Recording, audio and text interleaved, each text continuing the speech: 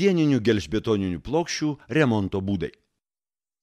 Pažeistus betoninių plokščių fasadus galima remontuoti, naudojant papildomą apšiltinimą. Senosios konstrukcijos paviršiuje turi būti sudaryta saugesnė ir sausa aplinka, kad būtų sumažinta arba visiškai sustabdyta karbonizacija ir šalčio poveikis. Naujoji konstrukcija gali būti nevėdinama tinkuojama termoizoliacinė sistema arba vėdinamas su lakštinių medžiagų apdaila arba plytų mūro fasadas.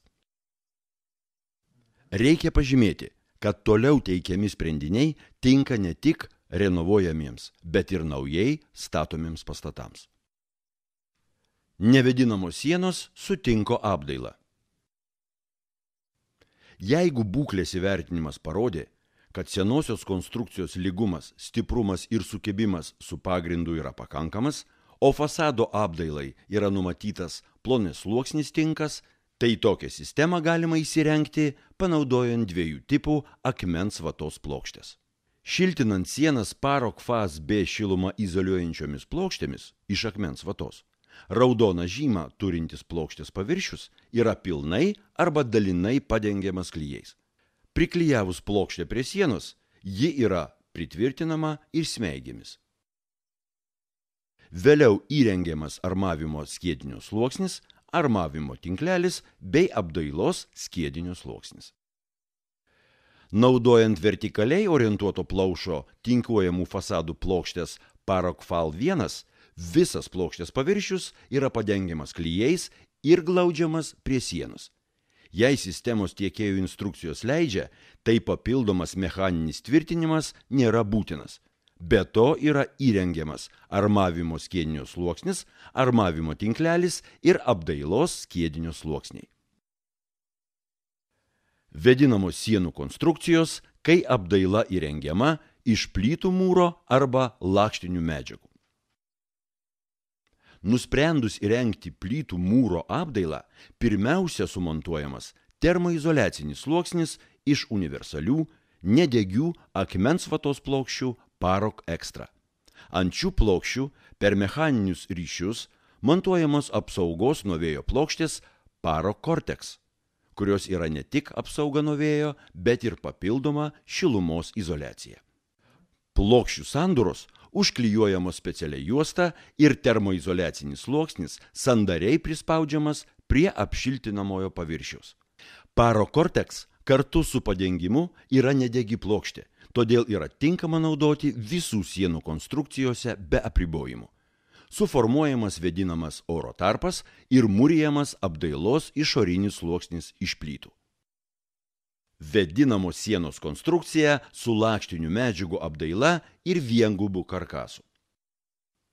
Įrengiant vėdinamos sienos konstrukciją su viengubų karkasu, pirmiausia prie sienos, per termoizoliacinės tarpines, tvirtinami metaliniai kronšteinai. Montuojamas šilumos izoliacijos sluoksnis iš universalių Paroc Extra plokščių. Ant jų yra montuojamos apsaugos nuo vėjo plokštės Paroc Cortex. Plokščių sandūros užklijuojamos specialia juosta ir termoizoliacinis sluoksnis sandariai prispaudžiamas prie apšiltinamojo paviršiaus.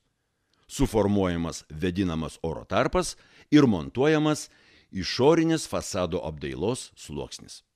Vėdinamos sienos konstrukcija su lakštinių medžiagų apdaila ir dvigubų karkasų. Įrengiant vėdinamos sienos konstrukciją su dvigubų karkasu, pirmiausia prie sienos, per termoizoliacinės tarpines tvirtinami metaliniai karkaso tvirtinimo elementai ir pats metalinis karkasas. Metalinis karkasas turi būti sumontuotas taip, kad universalios plokštės Paroc Extra būtų įspraustos ir priglustų prie karkaso elementų.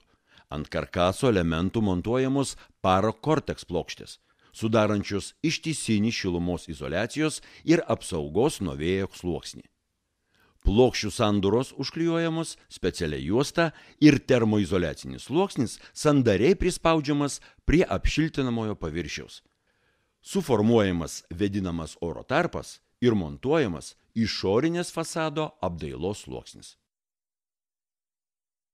Apsaugos nuo vėjo sustiprinimas pastato kampuose ir aplink langus.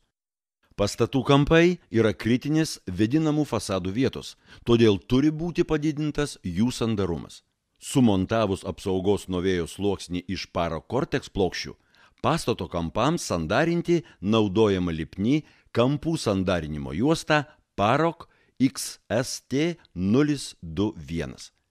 Taip sudaromas ištisinis šilumos izoliacijos ir apsaugos nuo vėjo sluoksnis. Ta pati juosta naudojama durų ir langų angokraščių sandarinimui.